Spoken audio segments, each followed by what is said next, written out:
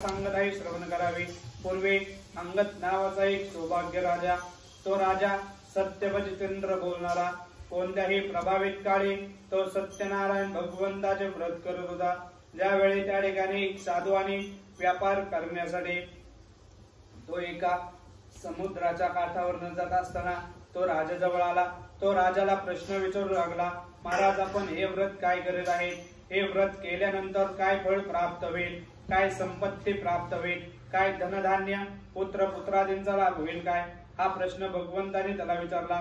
तो साधवानी म्हणाला, जर आपली कृपा माझ्यावर असेल तर मनुष्यातील त्याच्या सर्व इच्छा पूर्ण फळ प्राप्त होईल। तो चिंतन करत होता। ज्यावेळी तो साधवानी म्हणाला, कोणत्याही कृपे प्रसादाने मनुष्यातील माझ्या सर्व इच्छा पूर्ण फळ प्राप्त देणार सौभाग्य कार्य विजयी श्रद्धा आणि भक्तीने तो हे व्रत कर। त्यांनी मनात संकल्प केला। कोणत्याही प्रभावित काळी तो आपल्या कोणते दुःखी नाहीसे प्राप्त होत होता। तो आपल्या घरी परतला।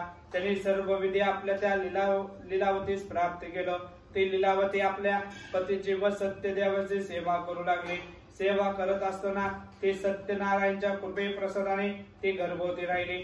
तिला 10 महिन्याने एक अशी सुंदर कन्या प्राप्त